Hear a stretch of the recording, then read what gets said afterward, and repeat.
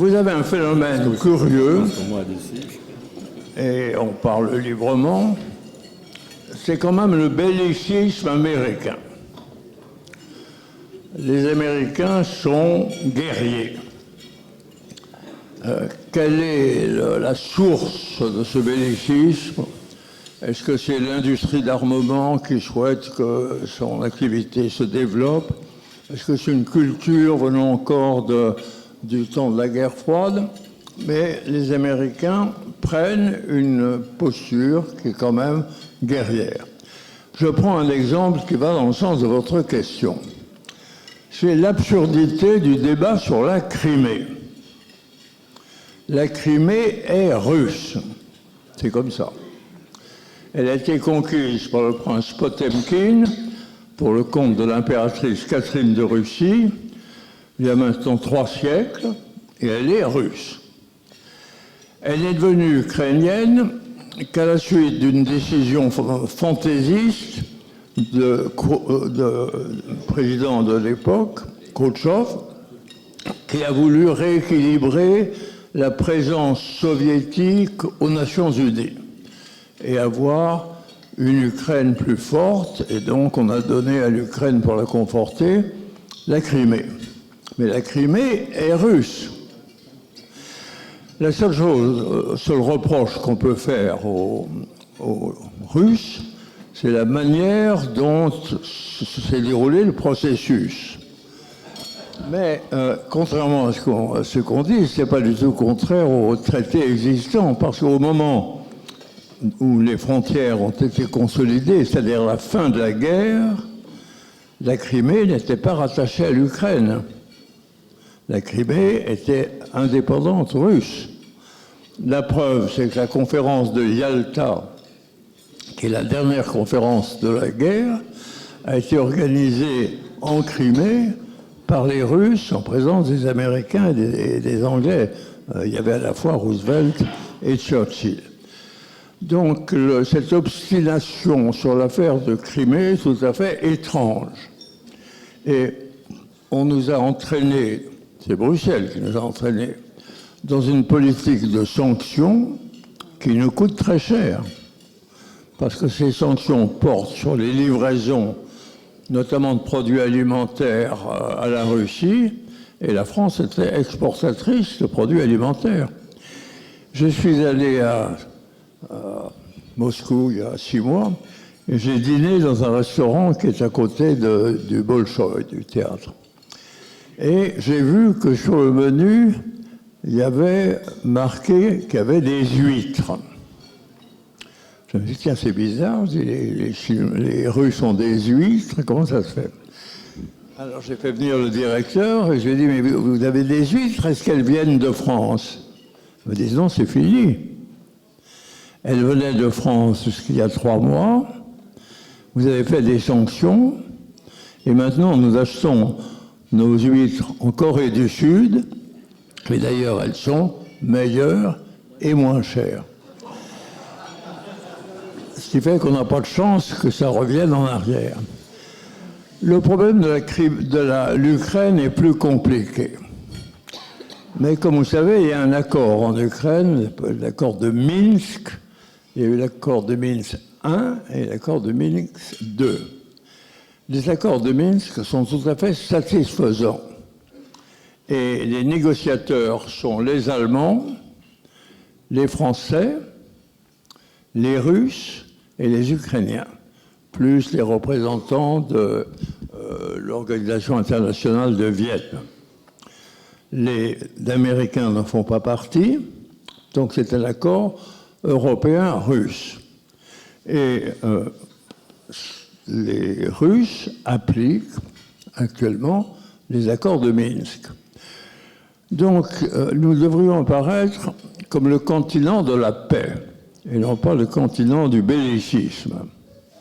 Et dire, là où il apparaît des solutions pacifiques, nous soutenons les solutions pacifiques. En fait, malheureusement, il n'y a pas de diplomatie européenne. La ministre italienne des Affaires étrangères est une femme capable. Il faut dire, finalement, ça se révèle un bon choix. mais elle n'a pas d'image dans l'opinion publique, elle n'est pas soutenue en fait par les institutions européennes. Donc il n'y a pas de politique étrangère européenne. Et il y en aurait une, elle devrait être à l'image de ce que j'avais appliqué en votre nom, c'est-à-dire une politique indépendante avec une alliance avec les États-Unis. C'est-à-dire que s'il y avait un conflit, nous serons du côté des États-Unis, mais quand il n'y a pas de conflit, nous gérons une politique étrangère indépendante. Et je crois qu'on arriverait à une certaine détente avec la Russie qui équilibrerait davantage notre situation, puisque nous serions au milieu, avec à l'ouest les États-Unis et à l'est la Russie, qui est quand même un partenaire naturel et important pour l'Union européenne.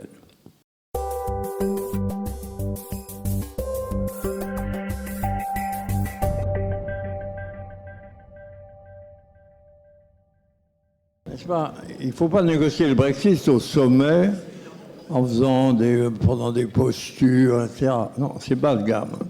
Vous voulez partir, vous partez. Vous partez. Il faut simplement regarder matériellement les conséquences que ça a. Alors, certaines conséquences, bon, ils ne participent plus à un certain nombre de politiques, à un certain nombre de gestions. Ce n'est pas trop difficile.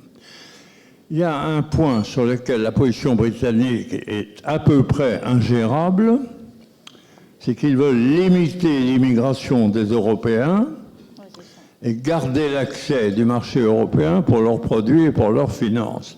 Ce n'est pas possible. Parce que, qu'est-ce qui vous fait rire, monsieur? Qui rit? Non, ça n'a rien à voir. Ça n'a rien à voir. Bon, parce que, écoutez, si vous riez à propos du Brexit, c'est plutôt un encouragement. Non, il faut imaginer. Nous avons connu l'Europe sans la Grande-Bretagne. Puisque la Grande-Bretagne a refusé d'être un pays fondateur, comme vous vous souvenez, qu'il y a eu des débats internes en Grande-Bretagne entre les gouvernements, que les conservateurs étaient pour joindre l'Europe et le Labour était contre. Alors, sous Pompidou, sous De Gaulle, ils étaient en dehors. Donc, il suffit de retrouver à peu près la situation de l'époque. Il proposait l'existence d'une zone de libre-échange qui a existé, qui s'appelait l'ALE, et qui a qu'à rétablir. Donc, la rétablir, il n'y a aucune objection de notre part. Par contre, naturellement, ils ne contribuent plus au budget de l'Union européenne, mais ils ne reçoivent plus les versements de celle-ci. Or, ils sont contributeurs nets, comme nous. Les gens qui payent en Europe, c'est 1, les Allemands, 2, les Français, 3, les Anglais. Si les Anglais s'en vont, il y a un appauvrissement financier du système. Donc il faudra regarder certaines dépenses. Les dépenses qui vont en direction de la Grande-Bretagne disparaîtront d'elles-mêmes, naturellement, mais enfin il y aura probablement un ajustement à faire. Donc la difficulté, c'est que tout ceci va être compliqué par la communication et par les postures politiques, parce qu'un certain nombre d'hommes politiques vont vouloir se mettre en valeur à propos du Brexit et ainsi de suite, alors que ce n'est pas un sujet qui s'y prête. Il faut en réalité être extraordinairement calme, dire vous avez décidé de partir, c'est votre affaire, c'est leur affaire. Et donc nous tirons simplement les conséquences directes, pratiques, de la décision que vous avez prise. Et il n'y a pas matière à négociation. Le terme même de négociation fausse, en fait, la nature du Brexit. C'est comme quelqu'un qui est dans une association, qui décide de partir, il décide de partir, on s'assure qu'il part dans des conditions normales, et c'est le seul problème. Pour nous, Français, honnêtement, ça a peu d'importance, honnêtement.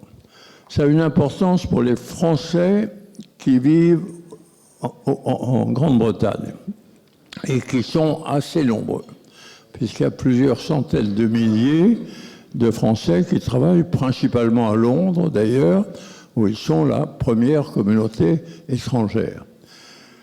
Là, ça dépend de la manière dont les Britanniques géreront eux-mêmes leur système. Ça ne dépend pas du Brexit, ce n'est pas une décision européenne, c'est une décision britannique. Donc les Britanniques vont avoir une gestion compliquée, ils vont chercher habilement à transférer les charges et les cartes sur les Européens, de façon à en faire un problème européen au lieu d'un problème britannique. Il faut évidemment éviter de tomber dans ce piège, mais malheureusement le milieu politique européen est à ce point agité, malheureusement un peu bavard, qu'il va probablement, hélas, être pris dans le piège. Donc il faut avoir l'idée simple, vous étiez membre, vous avez voulu être membre, vous savez qu'ils ont ratifié leur présence par référendum.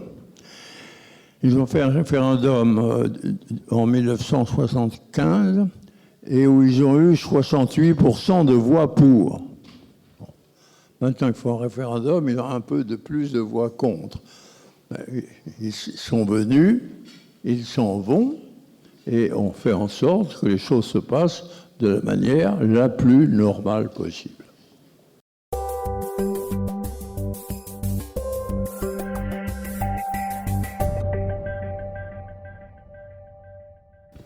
Nous glissons un peu vers la politique française. Je n'en suis pas surpris, connaissant Jean Proriol depuis longtemps. Non, on a fait les régions, la réforme régionale en France, vraiment de la pire manière. C'est-à-dire sans construire. Non, c'est effrayant, ça montre la dégradation de notre vie politique. On n'a pas consulté l'opinion, non. On ne s'est pas interrogé sur la culture. Or, les régions ont un sens si la population se retrouve dans les régions. Sinon, ça n'a aucun sens. Alors, également, il y a aussi cette manie de vouloir tout faire en même temps sur un modèle unique. Donc, on a fait des régions, on a modelé les régions partout, et on a voulu les faire de taille à peu près pareille. Mais prenez l'Allemagne. Vous avez de très grandes régions, comme la Bavière. Vous avez de très petites régions, comme la région historique de Goethe et Dole, qui est une région qui a 500 000 habitants. Donc on aurait pu, en France, en effet, faire une réforme régionale raisonnable. Ça voulait dire faire la Normandie, donc le choix de la capitale. Ça voulait dire faire la Bretagne avec probablement un référendum sur le choix de la capitale, parce que la vraie capitale c'est Nantes, mais les plus excités sont Rennes depuis le XVIIIe siècle. Il fallait faire un référendum où mettons la capitale. L'Auvergne, il ne fallait pas y toucher. Non, il ne fallait pas y toucher. Oui, non, etc. D'ailleurs, l'Auvergne a existé avant la République en France, puisque le mot d'Auvergne est antérieur à la conquête romaine, c'est-à-dire à la période de 60 ans avant Jésus-Christ. Donc il fallait laisser l'Auvergne tranquille, voire même peut-être l'agrandir un peu au sein du Massif central. Il y aura un Massif central, tiens. Ce qui fait que je pense que la prochaine majorité rouvrira le débat, à mon avis. Mais elle devrait l'ouvrir avec une méthode beaucoup plus raisonnable, c'est-à-dire des consultations, en fait, des discussions avec les milieux représentatifs, notamment du point de vue culturel et historique, et revenir sur certaines des décisions. Par exemple, dans le Sud-Ouest, ça n'est pas si mal, ça, parce que l'Aquitaine existe, en fait. Donc, il n'y a pas de réponse uniforme à votre question. Il y a des réponses multiples. Et s'il y a des réponses multiples, il faut une procédure assez souple qui certainement sera rouverte dès la prochaine réunion du prochain Parlement.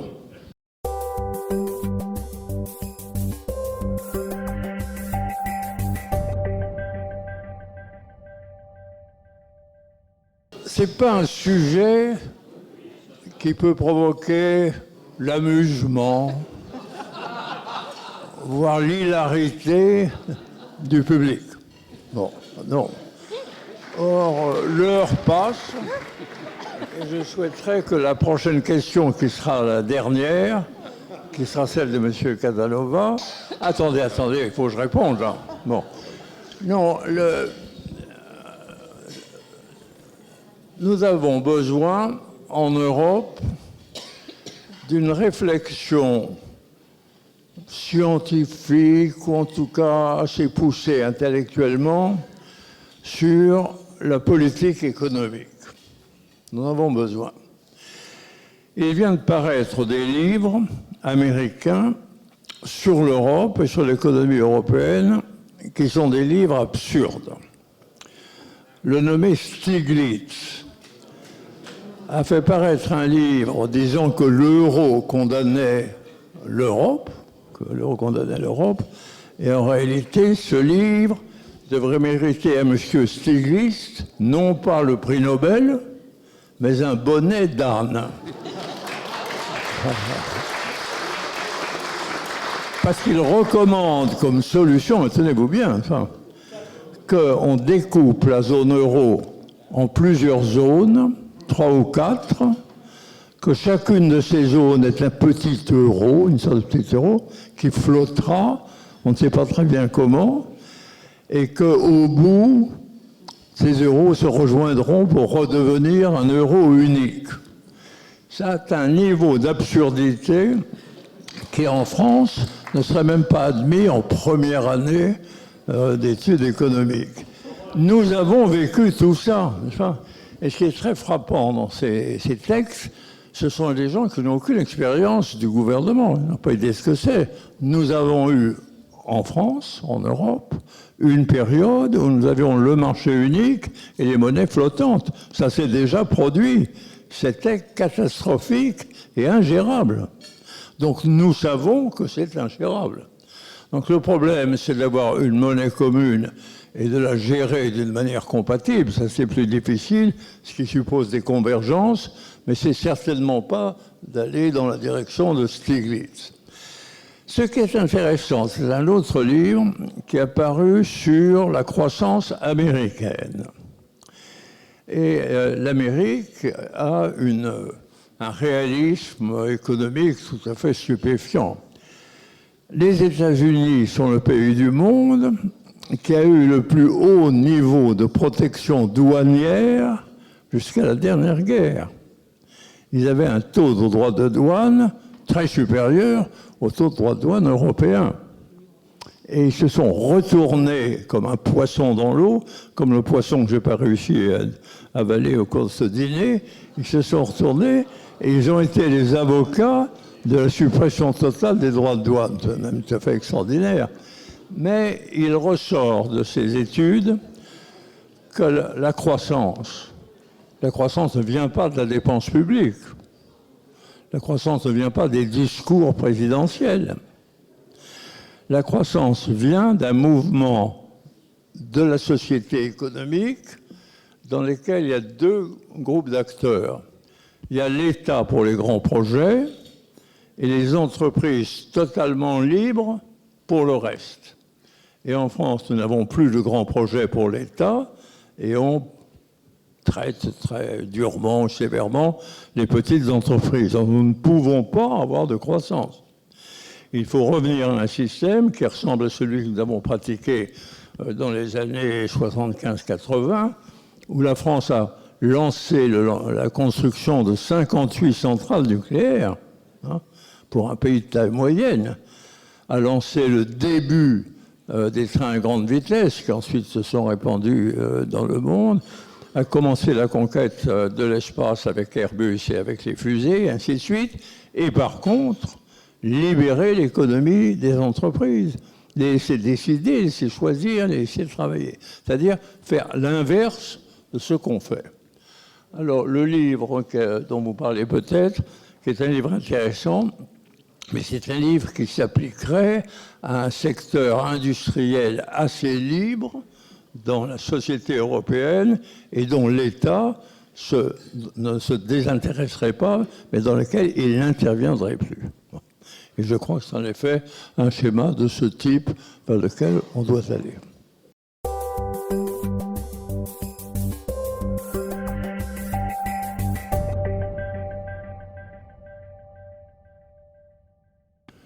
J'avais souhaité une question amusante.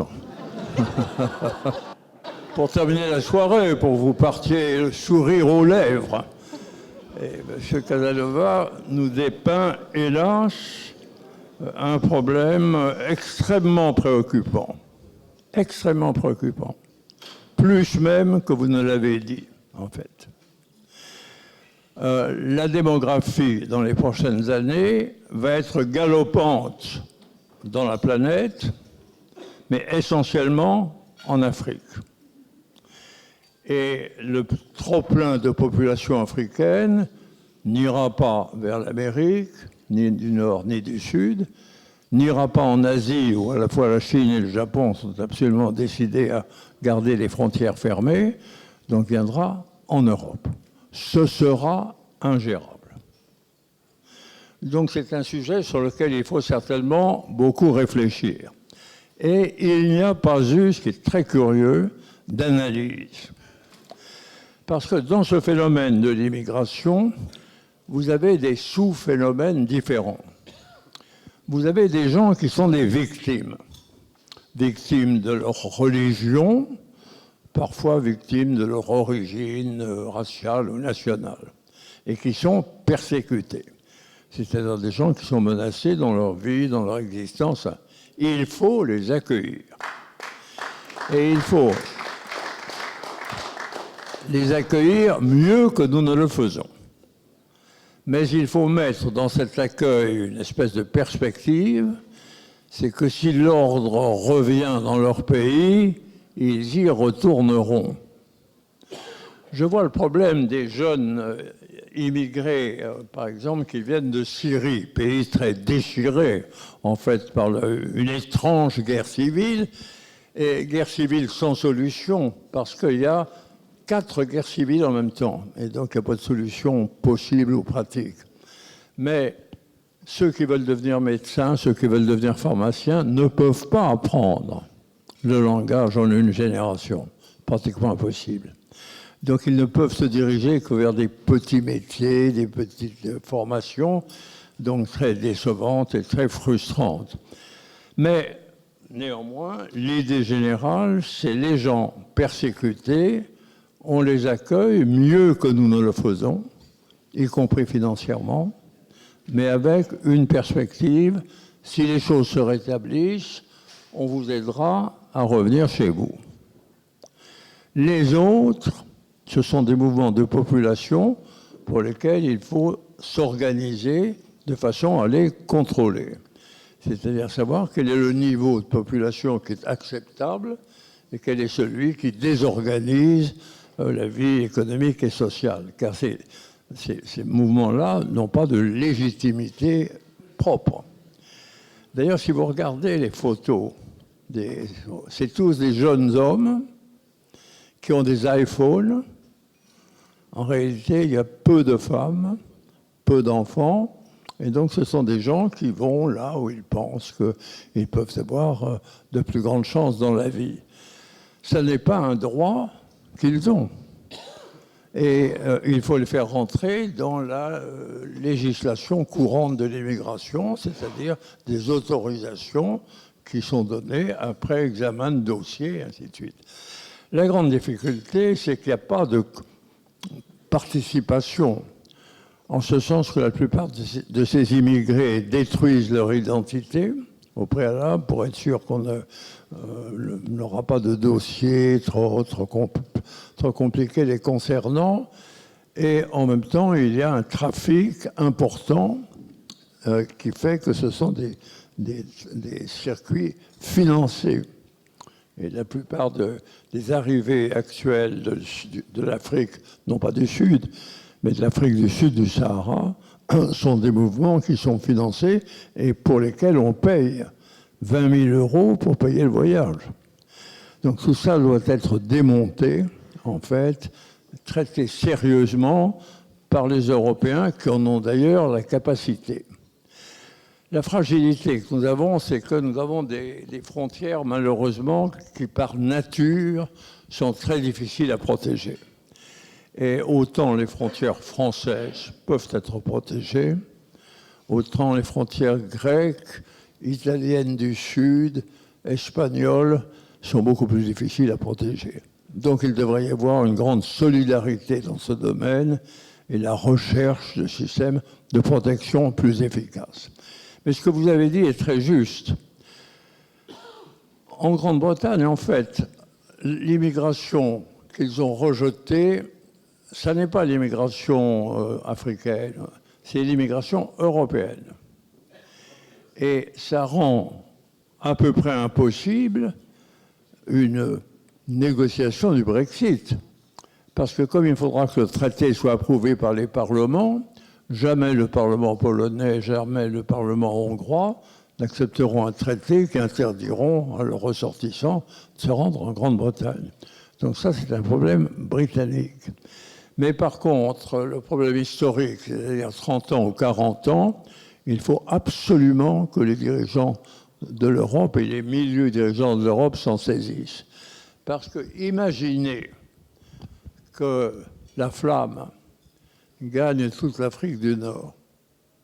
Ça rend la situation de l'Italie, de la France et de l'Espagne ingérable. Ce qui fait qu'il faut l'imaginer, le prévoir et avoir des dispositions qui anticipent sur cette évolution. Donc vous avez mis le doigt sur un problème très sérieux sur lequel il manque à l'heure actuelle la réflexion et ensuite la décision.